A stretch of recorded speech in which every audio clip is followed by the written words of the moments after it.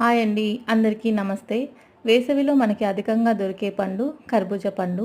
వేసవిలో శరీరం కోల్పోయే నీటిని తిరిగి అందించడంలో కర్బూజా పండు బాగా ఉపయోగపడుతుంది. ఈ పండు ముఖ్యంగా శరీరంలోని వేడిని తగ్గిస్తుంది. తక్కువ క్యాలరీస్, ఎక్కువ పీచు పదార్థం ఉండటం వలన అధిక బరువుని తగ్గిస్తుంది. ఈ జ్యూస్ ఎలా చేసేసుకోవాలో చూసేద్దాం.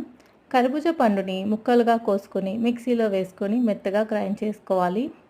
ఈ జ్యూస్ని పల్చగా చేసుకోవడానికి పాలు కానీ, కొబ్బరి పాలు కానీ, కొబ్బరి నీళ్ళు కానీ మనకి ఏది అవైలబుల్గా ఉంటే అది యాడ్ చేసుకోవచ్చు.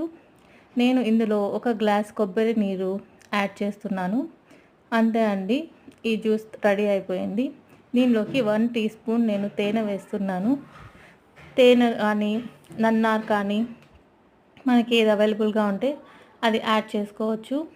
అంతే అండి, చాలా సింపుల్ అండ్ హెల్తీ రెసిపీ తయారైపోయింది.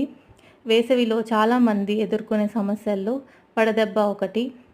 వడదెబ్బ నుంచి కర్బూజం బాగా రక్షిస్తుంది. ముఖ్యంగా ఎండలో బయటికి వెళ్ళేవారు కర్బూజా జ్యూస్ని తాగడం చాలా మంచిది. కిడ్నీలో రాళ్ళ సమస్యతో బాధపడుతున్నవారు కర్బూజను క్రమం తప్పకుండా తీసుకుంటే రాళ్ళు కరిగిపోతాయి. కర్బూజలో మంచి మొత్తంలో పొటాషియం ఉంటుంది.